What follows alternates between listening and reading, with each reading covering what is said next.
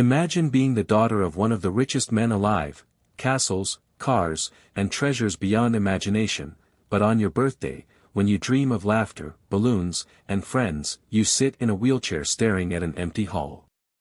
No one came. No one cared. Until one poor, humble woman walked through the doors and asked softly, "Can I join?" What happened next will leave you speechless.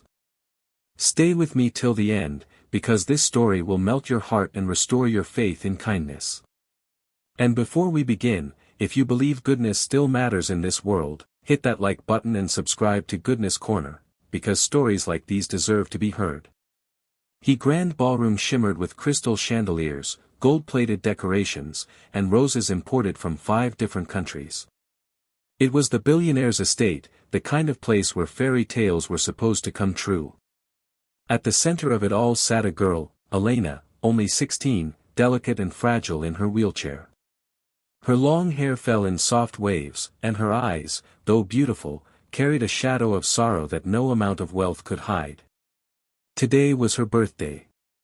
Balloons shaped like hearts floated above, the chocolate fountain bubbled beside golden trays of desserts, and a world-famous band stood ready to play. Every luxury her father's billions could buy was on display, yet the most precious gift, companionship, was missing. The vast hall echoed with silence. Not a single classmate had shown up. Elena's fingers traced the rim of her wheelchair as tears welled in her eyes. She had once been the star of her school, the girl everyone admired. But after the accident that left her paralyzed, things changed. Friends stopped calling, invitations disappeared, and whispers followed her whenever she rolled down the school hallway. They said she was broken. They said her life was ruined. Her father, Victor Harrington, one of the most powerful business tycoons in the country, thought money could fix anything.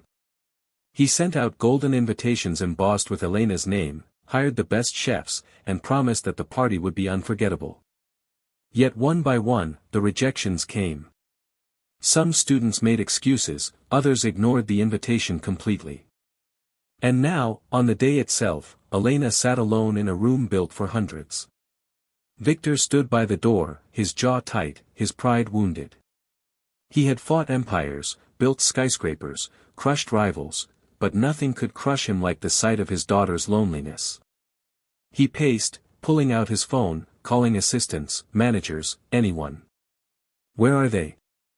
I invited everyone," he barked. But the truth could not be denied. Money could buy applause, but not love. As minutes turned into hours, Elena whispered, "Papa, maybe no one wants to be here. Maybe I'm just a burden now." Her voice cracked. Victor's chest tightened. "Don't say that," he snapped, more to himself than to her. "You are my jewel, my heart.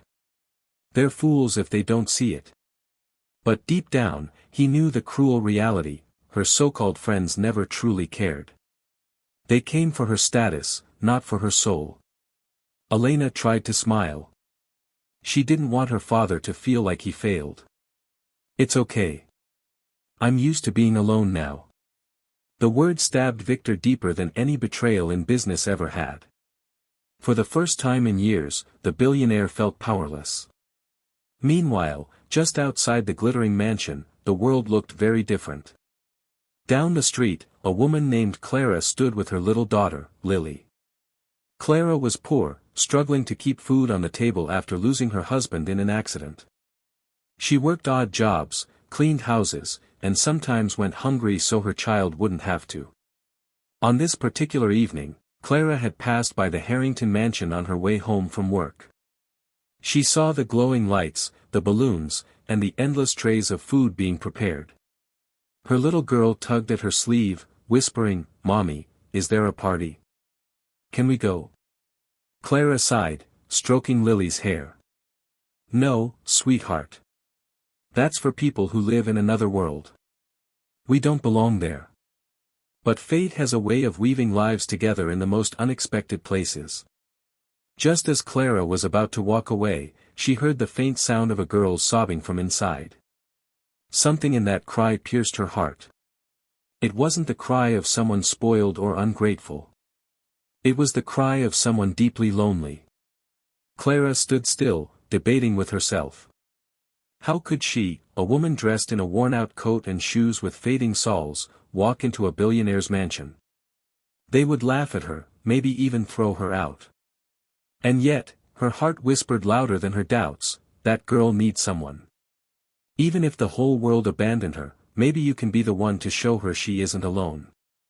Inside, Elena wiped her tears, trying to look brave for her father. But the silence was unbearable. Then, suddenly, the heavy golden doors creaked open. Victor turned sharply, expecting maybe a late guest, perhaps one of the business partners who had promised to show face. Instead, a woman in plain clothes stepped forward nervously, holding the hand of a small child. Her hair was messy from the wind, her shoes scuffed, and her face carried the tiredness of someone who had fought too many battles with life. She bowed her head and said softly, almost apologetically, "Excuse me. I heard there was a party. No one seemed to be here, so, would it be all right if my daughter and I joined?" The guard stiffened immediately, waiting for Victor's command. Billionaires did not welcome strangers off the street. But Elena's eyes widened, her heart leaping. For the first time that night, someone was asking to be with her, not because of wealth, but simply because they wanted to. She looked at her father with pleading eyes. Victor hesitated, pride and caution clashing within him. But when he saw the light flicker in his daughter's face, the light he hadn't seen in months, he nodded slowly. "Yes. You may join." Clara's eyes filled with relief as she stepped further inside, guiding Lily. The little girl gasped at the glittering decorations and ran toward Elena with innocent excitement. "Happy birthday!" Lily shouted, her tiny voice echoing through the hall. Elena's lips trembled. No diamond, no gift, no treasure in the world had ever felt so precious as those two simple words. "Thank you," she whispered, her eyes moist.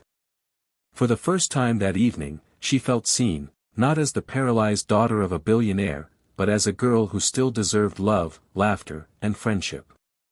Victor watched silently, his heart heavy with a realization he had never faced before. He had spent his life building walls of wealth, yet it took a poor stranger to bring down the loneliness crushing his daughter.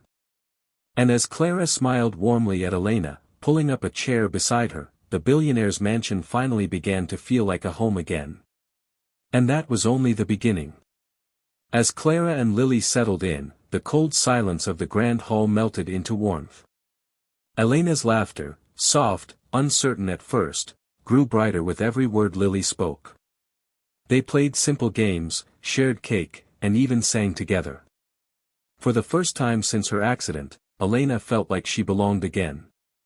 Victor, watching from the corner, realized something money had never taught him: love didn't come from wealth, it came from presence.